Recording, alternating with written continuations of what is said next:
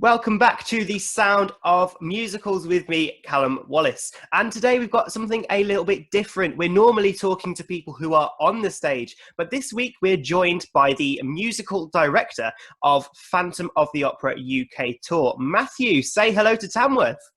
Hello, Tamworth. It's great to have you on the show. Absolutely wonderful. Thank you for having me. No, pleasure. Now, can you describe your role as a musical director for Phantom? For Phantom. So we start quite early on. So we start right at the beginning of the casting process. So Okay. for the Phantom tour, which we did there, that was probably a year before the tour starts. We start thinking about the casting and all. Yeah, so we start quite early on, and we go through all the rounds of auditions and seeing different people, and that can kind of switch for pools of time over the course of that year. Yeah, and then we then also, towards the start of the rehearsal process, start looking at the orchestra as well. So we start fixing that in a similar way that we would a cast. Yeah. And then we get into the rehearsal room, and that's when we start, as a music director, you start rehearsing, obviously teaching all the cast the music to the show, all the ensemble, and then liaising with the really useful group with Andrew Lloyd Webber. So if he's happy, and what his kind of thoughts are with that. So yeah, that starts from an early process of the kind of collaborative feel. Okay, so you put a lot of time into this, and a year before you even start. Yeah, so that's the thing. I mean, sadly, the tour had to finish with everything that's been going on at the moment, which is like a lot of things. And yeah, for a lot of us especially on the creative team and the casting team who've been working on it a lot longer than the few months we were actually running the tour. It's quite hard, but yeah, we put a lot of early effort into it, and also from a musical director's point of view, you're learning. I hadn't done the score before, so I did. Yeah. I went to see the show a few times in London to learn the score and kind of start doing that prep work myself. So by the time I get to rehearsals, I know what I'm doing to teach rather than making it up. Because it's a massive show, musical-wise, isn't it? It's got almost a full orchestra in London, doesn't it? Yeah, it's huge. It's one of the big mega musicals of the '80s, which was so yeah, the score-wise, it's obviously, like it's in the title, it's an opera-based score, like very much like Les Mis and Saigon and everything was, as well as kind of like modern opera of singing through. So you mean the material, say it's 2.5 hours long or whatever it is, it's all sung through, so there's a lot of stuff to get through. And yeah, for orchestra wise as well, it's a very busy play for all the players as well. There's a lot of material. So how has it changed music wise from the London production to the touring production? So the touring production was kind of spoke as the brilliant original, and that was what.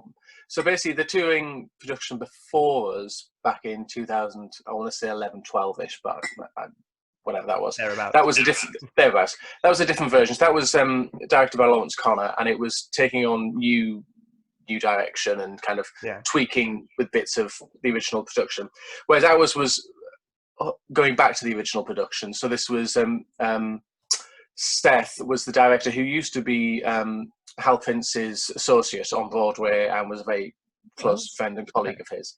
So he was our director. So he took on. He had all of Hal's old notes, and and we had Chrissy Cartwright, who's worked with Gilly Lynn, all her on Cats and through a lot of her shows as well. Okay. So a lot of that original creative team were working with the people who opened that West End production. So it was very faithful to the original production, and it took on some tweaks that they made when it went to Broadway originally, because between the year it opened in London and the year it opened on Broadway in 88 or 87, they made little tweaks. So we brought some of those ons that had been established a long time. But the rest of it was pretty faithful. I mean, by the end they were saying it's more brilliant than original, because there was little things that these days, the audience in the 80s would like a very different kind of show, and now we as a modern audience, you expect more. Like I did Saigon as well. It was a similar thing with that. The way it's moved on in times, the way the audience take in, especially a sung through show, with getting the story and text and everything. People need different things. So it's I suppose in some ways musically anyway, Phantom was less sung than the original because it was very, very grand and very sung through. Yeah. And now it's kind of using a bit more speech in it, but not. Right. We'd never altered the score though. The score was always the same, and Andrew was very happy when he saw it. So we didn't upset anyone. Yeah, I'm so sad I missed out on the tour. I was meant to be seeing it when it came to Birmingham, but of course it didn't quite make it. Are there any plans to reschedule the tour?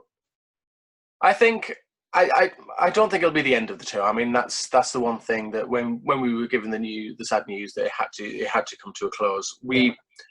They said it couldn't happen immediately because with what we were doing, as you know, we did very big sit downs in a venue. So 10 weeks in Manchester, 7 weeks in Dublin, and of course to reschedule all of that, theatre's already booked with other shows for the next year, and there's just it's not like a show where you can go into a venue for a week or 2 weeks here and there.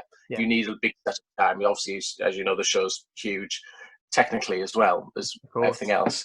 So I think, but I don't, the amount of time and money and effort spent into putting this production up, I don't think it'll be the last of it, but it won't be for a couple of years yet. Well, hopefully we do get to see it make its rounds. Okay. So you've mentioned So you've mentioned your role in the rehearsal room, but during the show, you take on another role at the very front of the whole thing. How does it feel to be kind of in control almost of the whole show?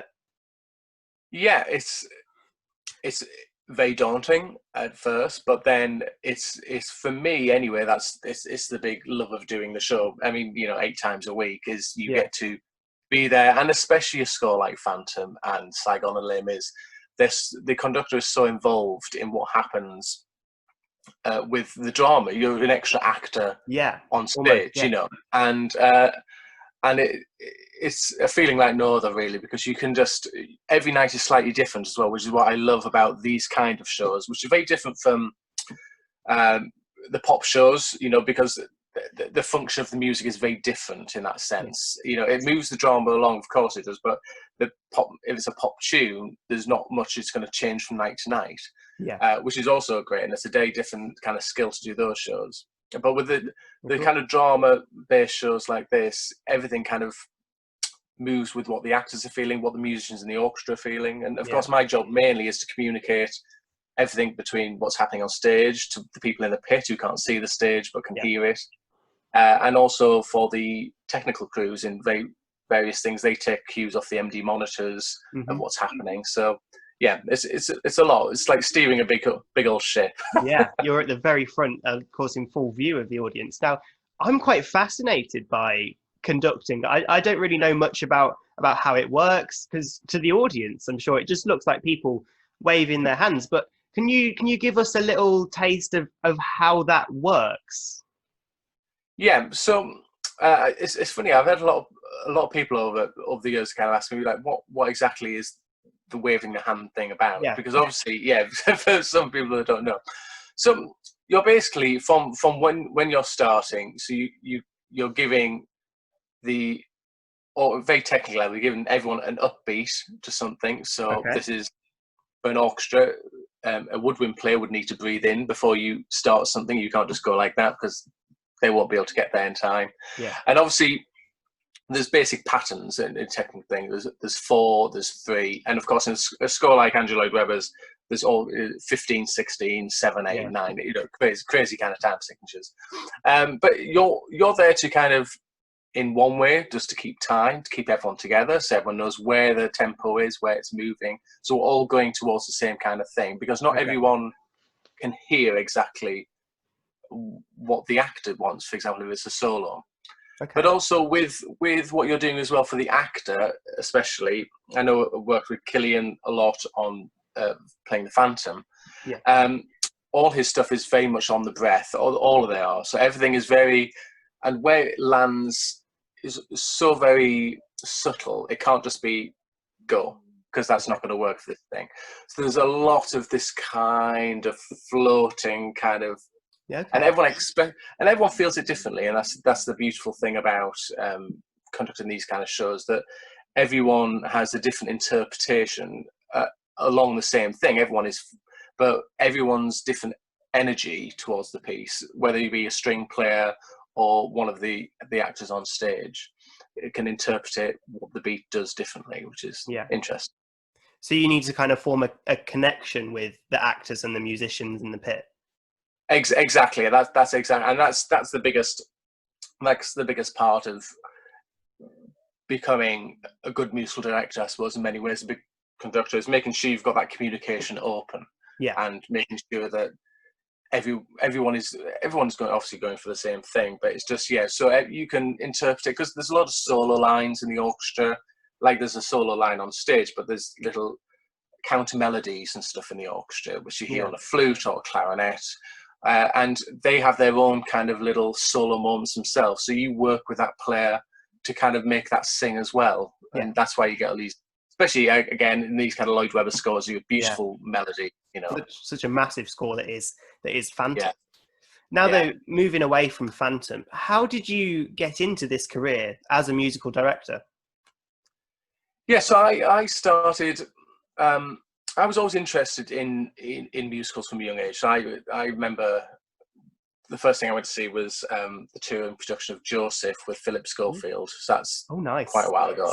But I always remember coming back from that saying, "Oh God, I'd love to play in that orchestra and be in there. That sounds like a really good job." And then through that, I was kind of interested. So I did like the amateur dramatics, like a lot of people do, playing for those. Okay. Before I went to uni, and I went to LIPA in Liverpool, which is Performing Arts College there. And then from there, I kind of got into I wrote a lot to musical theatre companies to go into the orchestras. So I played in keys for a couple of different shows. I did Dr. Dolittle and a few other tours at the time.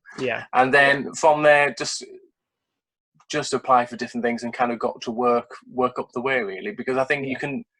To do this job, like many, to do it well, you can only really do it through experience. You've got to you've got to just experience different things, work with people. The biggest part of the job, really, always people say to me, is not being able to conduct or play piano or whatever else. It's to work with people, because there's so many different personalities and interpretation stuff from actors and artists, and you've got to try and pull all that together as much as you can. I mean, any job in theatre is kind of a very people-based job, because there's so many people involved in one project. Yeah, exactly. That's the thing. The thing is huge. I mean, especially with shows like Phantom, there's 100 odd people touring on the road with it.